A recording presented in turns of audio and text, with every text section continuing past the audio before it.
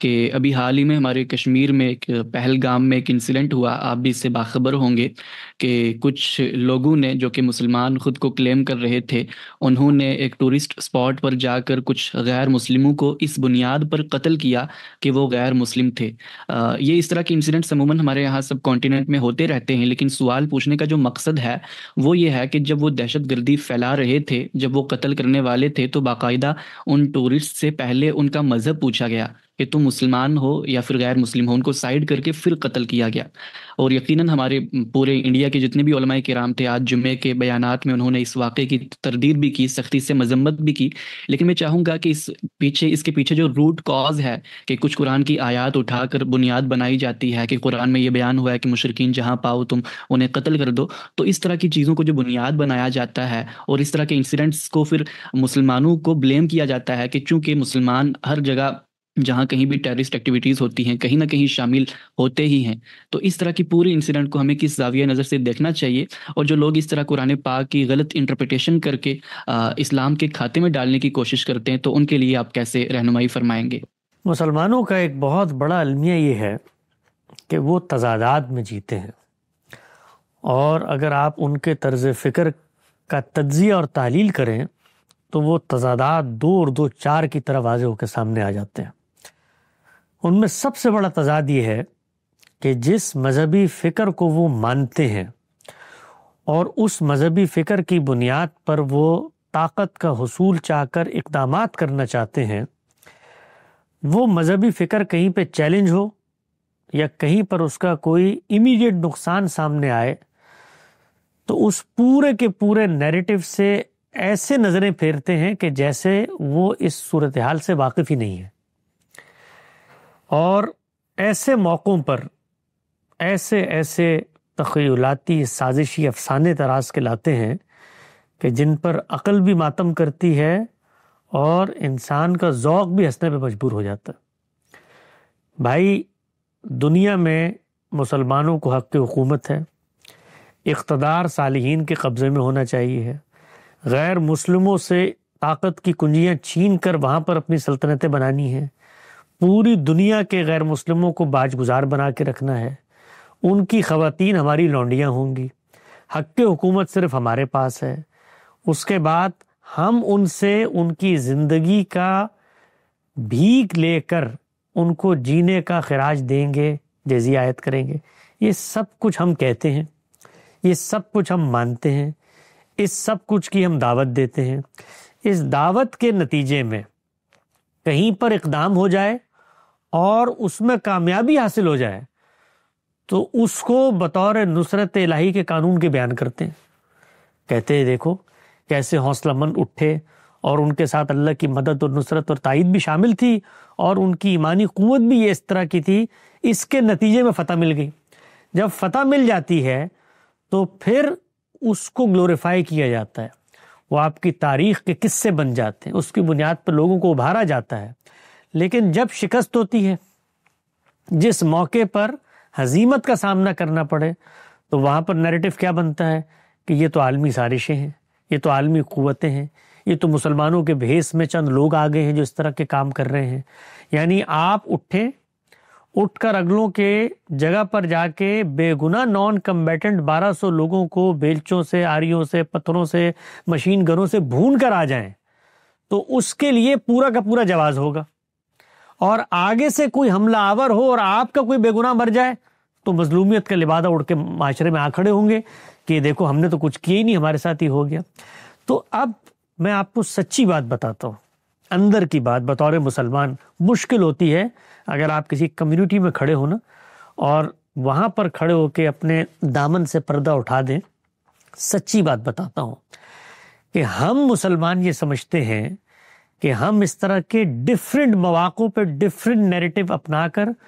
دنیا کو یہ پیغام دینے میں کامیاب ہو جائیں گے کہ جو ہمارے مخفی عزائم ہیں وہ تو ہم رکھتے ہیں، لیکن یہ جو اس وقت امیڈیٹ صورتحال پیدا ہوئی ہے اس میں ہمارا کوئی عمل دخل نہیں ہے، اس سے ہم پیچھے، اس سے کسی طرح بری و ذمہ ہو جائیں۔ دنیا اس جگہ پر آ گئی ہے، علم اس جگہ پر پہنچ چکا ہے، ذرائع ایسے وسیع ہو چکے ہیں، حقیقتیں ایسی کھل چکی ہیں کہ اب کوئی شخص ہم پر اعتبار کرنے کو سرے سے تیار ہی نہیں. یعنی ہم لوگوں نے ایک سیاسی تنازع تھا، ایک زمین کے خطے کے اوپر جھگڑا تھا، تقسیم کے وقت پیدا ہوا. پیدا ہونے کے بعد اس کو بجائے ہے کہ سیاسی جدوجہد کے طریقے پر حاصل کرنے کی کوشش کی جاتی، وہاں پر مسلح جدوجہد کا بیج ڈالا گیا. جب بیج ڈالا گیا تو دین اسلام کی جو عمومی ہدایات ہیں ان کو بھی فراموش کیا گیا کہ نہ وہ کسی امیر کی قیادت میں ہو، نہ وہ کسی سلطنت کے تحت ہو، نہ وہ ظلم و عدوان کے خلاف ہو. جب آپ یہ کرتے ہیں تو اس کے نتیجے میں سامنے ایمان افروز نوجوانوں کے گروہ ہوتے ہیں. وہ اٹھنے کے بعد ایک نیریٹو ہے جس کو پرسیو کرتے ہیں،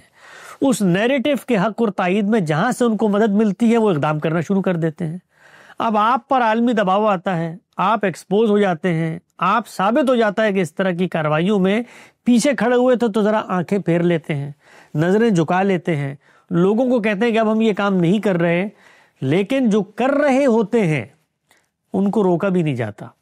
جو کر رہے ہوتے ہیں ان کو اگر کامیابی حاصل ہو جائے تو آپ کو بھی بڑی مسرت حاصل ہو جاتی ہے. تو اس کے نتیجے میں پھر یہ سارے کام ہوتے ہیں جو ہو رہے ہیں ہمارے پڑوسی ملک کے اندر، اور وہاں ہوتے ہیں تو پھر یہاں بھی ہوتے ہیں. جو کام ہم کرتے ہیں پھر ہمارے ساتھ بھی ہوتا ہے. وہ جب ہمارے ساتھ ہوتا ہے تو ہم کہتے ہیں اف یہ دیکھو، ہم نہ کہتے تھے کہ جب تک عالمی سطح پہ خلافت کا انعقاد نہ ہو دشمن اسی طرح کرتا رہے گا. اور بھائی جب تم کرو گے تو دشمن بھی کرے گا، اور جب تم نے یہ چھوڑ دیا ہے کرنا تو پھر سب سے پہلے اس کا ناگزیر تقاضا ہے کہ آ کے اعتراف کرو قوم کے اسٹیج پہ کھڑے ہو کر کہ ہم نے یہ بیج بویا تھا. آج ہم اپنے جرم پر عالمی ضمیر سے بھی اور اپنی قوم سے بھی معافی مانگتے ہیں. جب تک ہم یہ کام نہیں کریں گے اس وقت تک جو چیزیں پیدا ہو گئی ہیں ان نظریات کے نتیجے میں وہ اپنا رنگ دکھائیں گی. آج نہیں دکھائیں گی تو 10 سال بعد 10 سال بعد نہیں دکھائیں گی تو 100 سال بعد دکھائیں گی، کیونکہ وہ فکر موجود ہے. وہ فکر اگر موجود ہے تو اس کے برگ و بہار آئیں گے. چنانچہ جو کچھ ہوا ہے، میں کسی اطلاقی واقعے میں نہیں جاتا، اس لیے کہ اطلاقی واقعے میں ورڈکٹ دینے کے لیے میرے پاس اس طرح کی معلومات اور ثبوت ہونے چاہیے جس میں کسی فرد کو میں کھڑا کر کے یہ بات کروں. لیکن ہم سب جانتے ہیں، یہ تو کسی سے چھپی ہوئی بات نہیں ہے نا، کہ اسی کشمیر کے اندر جو کچھ ہوتا رہا اس میں ہماری ریاست پشت پہ کھڑی ہوئی تھی، اور کھڑی ہوئی تھی. یہ کوئی واقعہ نہیں ہے ماضی کا. آپ اس واقعے سے 4 دن پہلے کی آزاد جموں کشمیر جو ہمارا ہے اس کے وزیر اعظم کی پریس کانفرنس نکال کے دیکھ لیں. 5 دن پہلے کی ابھی میرے سامنے آئی. وہ کیا بات بیان کر رہے ہیں؟ یہی بات بیان کر رہے ہیں کہ وہاں پر جو مجاہدین ہیں وہ بدلہ لیں گے، وہ یہ کریں گے. تو یہ جو کچھ نیریٹو ہے، یہ نیریٹو پھر اپنا ایک اثر رکھتا ہے. پھر وہ سلیپنگ سیلز ہوتے ہیں جو اٹھ کھڑے ہوتے ہیں، وہ پھر اپنے طور پہ کاروائیاں کر رہے ہوتے ہیں، ریاست کو وہ لوپ میں بھی نہیں لیتے. تو یہ ایسا گندا کھیل ہے پراکسی کا کہ جس میں جب آپ جاتے ہیں تو پھر اپنی پگڑی پونجی بھی سرے بازار نیلام ہوتی ہے. اور ہم تو وہ بدقسمت قوم ہیں کہ جنہوں نے یہ کھیل کھیلا اور پھر یہی کھیل 10-20 سال ان کے ساتھ کھیلا گیا. اس مملکت پاکستان میں ہم نے 60-70 ہزار لوگوں کی قربانی دی. کن کے ہاتھوں؟ ان کے ہاتھوں کہ جن کو ہم نے وہاں پر جا کر اس کھیل میں کھیلنے پر آمادہ کیا. اور اس وقت ہمارے پشت پر عالمی قوتیں بھی موجود تھیں. اور بھئی عالمی قوتیں ہوں، طاقت کے مراکز ہوں، وہ تو استعمال کرتے ہیں. کیا ہم اگر اللہ کے دین کے ماننے والے تھے تو ہم نے دین کی ان حدود و شرائط کا خیال رکھا استعمال ہونے کے لیے؟ تو جس وقت آپ غلط کھیل میں پڑ جاتے ہیں تو اس کے پھر نتیجے نکلتے ہیں. تو ایسے موقعوں پر ہم جو دین کے ادنا سے طالب علم ہیں وہ سامنے والی قوتوں کو بھی یہی پیغام دیتے ہیں کہ مسئلہ فکر کے اندر موجود ہے، اور یہ فکر کا مسئلہ ہے جس سے یہ سارے نتائج پیدا ہوتے ہیں. لہٰذا تم نے بھی اگر زور دینا ہے تو طاقت سے یہ معاملہ حل نہیں ہوتا. اس فکر کو ایڈریس کرو، ان کے علماء کو آپس میں بٹھاؤ، ان کے سامنے ان لوگوں کو پیش کرو اور کہو کہ یہ نقطہ نظر رکھیں. اس سے شاید دنیا میں کچھ امن و امان پیدا ہو سکے.